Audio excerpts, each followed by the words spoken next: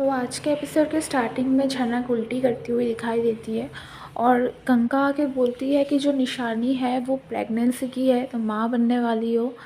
तो झनक बहुत ही शॉक्ड हो जाती है और वो याद करती है कि कैसे वो और अनिरुद्ध करीब आ गए थे जब अनिरुद्ध इधर आया था। तो फिर वो सोचती है कि क्या वो अनिरुद्ध को भी बताए या ना बताए।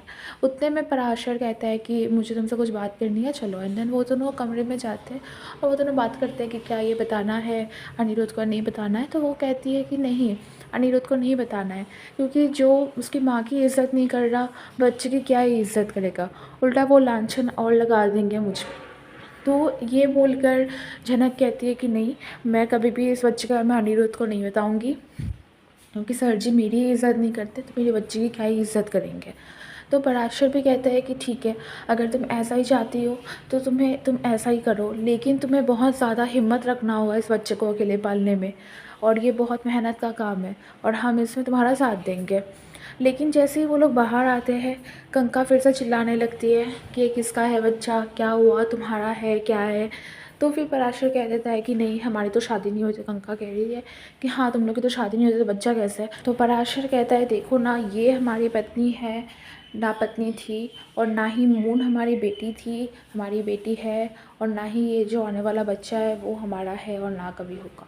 तो इसीलिए मून के टाइम हमने झूठ बोला था, क्योंकि तुम सब इसका जीना दुश्वार कर देते। लेकिन इस बार हम झूठ नहीं बोलेंगे, क्योंकि मून बिटिया को तो सिर्फ 5 ही साल लगा कि हम उसके पापा थे, और बाद में उसे पता चला। लेकिन इस बच्चे को पता नहीं कितने ही साल लगेंगे, और फिर इसे भी पता चल जाए कि हम इसके पापा नहीं हैं, तो हम इस पर तो उसके पापा बनकर एक्टिंग नहीं करेंगे। तो फिर से कंका पूछती है कि अगर ये बच्चा तुम्हारा नहीं है तो ये बच्चा किसका है आखिर। तो ये सुनकर पराशर कहता है कि वो थोड़ी मैटर करता है ये बच्चा किसका है, किसी का भी हो। तो फिर गंगा कहती है कि अगर ये बच्चा किसी का भी है तो ये उसी के पास जाए, वो इस गांव में नहीं रहेगी। तो फिर पराशर कहता है कि कौन निकालेगा उसे इस गांव से।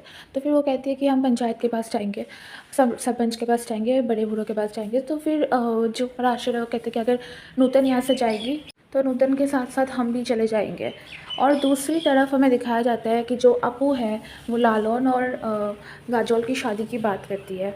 वो कहती है पता नहीं वो कितने दिन जिंदा रहेगी, अगर वो मर गई तो लालौन और काजोल शादी कर ले, क्योंकि काजोल ने अपना बहुत वक्त बर्बाद किया है उसके पीछे।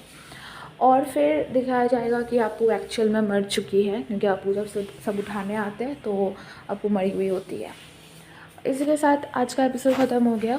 एंड अगर आपको और भी एपिसोड्स का ऐसी अपडेट चाहिए तो मेरे चैनल को सब्सक्राइब कर दीजिए। मिलते हैं मेरे नेक्स्ट वीडियो में।